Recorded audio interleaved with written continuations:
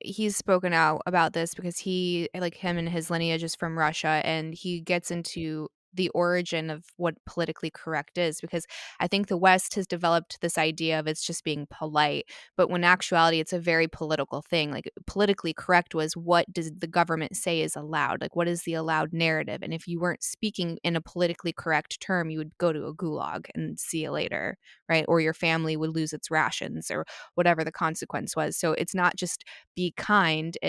It was, no, there's a government narrative, and that is the only thing you're allowed to say. There was this quote you said, and you kind of brought up the theme a little bit throughout this conversation, which is compassion can be weaponized. And I love that so much. I've said something very similar in the past. Can you elaborate on that? Yeah, this was one of the reasons I decided to write the book about the Great Reset, because there is this push toward, well, let's help other people and let's help society. And even people who have a spiritual orientation, I find, um, agree with a lot of this stuff because on the surface, it sounds really good. So you can get people who have a very good intention to go in a certain direction because you show them the compassionate part. And then what often doesn't happen is that where you don't see where you're not being compassionate. You don't see what's beneath the surface. So it requires real discernment to look at any situation and determine whether or not you're truly being compassionate. So something I've talked about in my books is not just compassion, but compassion with discernment.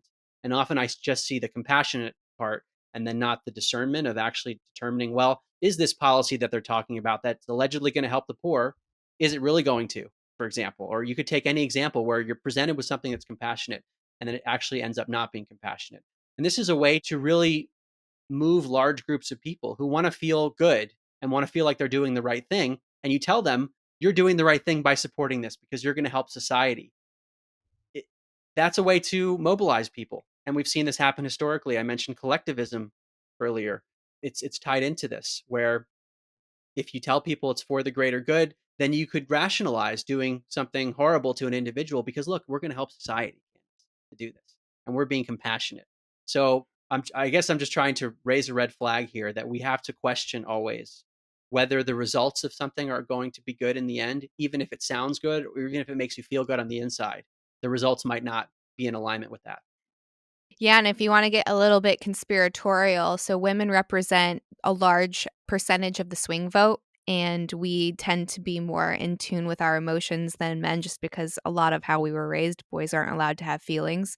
Thankfully, that's being undone a lot right now, but, that was the traditional narrative. So if you're using compassion in a lot of, like, your political jargon and all of these movements, then you can kind of lock in that swing vote, so, like, there's that aspect. There's this quote Jamie Wheel said at one of these, like, retreat things we did a couple years back, and he said, "Sometimes compassion is cutting someone's head off with a samurai sword." And it sounds so aggressive, but it's supposed to make you feel something, and that compassion's not necessarily all the soft, ooey gooey love, what is the nice, easy thing for you. Sometimes, like, you have to stop enabling somebody. Sometimes you might have to, like, put an animal out of its misery, right? Like, sometimes the compassionate thing is to put a dog down.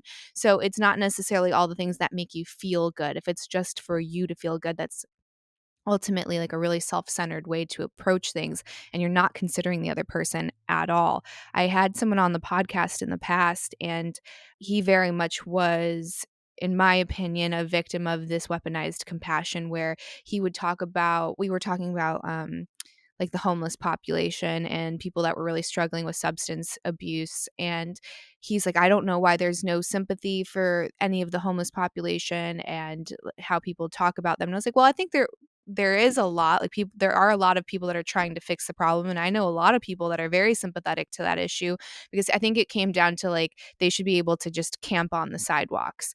Well, you're not being compassionate to the mom that has to walk her kid to school, that's stepping over needles, that's stepping over human feces, that is having to walk through a crowd of people that are struggling with mental illness, like, not knowing the level of violence that's possible. So, like, if you're going to be compassionate, you have to be compassionate to everyone's version of that reality, not just the one person that's on the sidewalk, because that is the way that I can wave my flag and say I'm a good person because I care about this person that doesn't have anything. Well, what about the person that's paying taxes and doing everything quote unquote right? Like, operating in society, like, the least damaging to those around them, right? Like, they're not So I was like, you're missing compassion on the other end of this vision.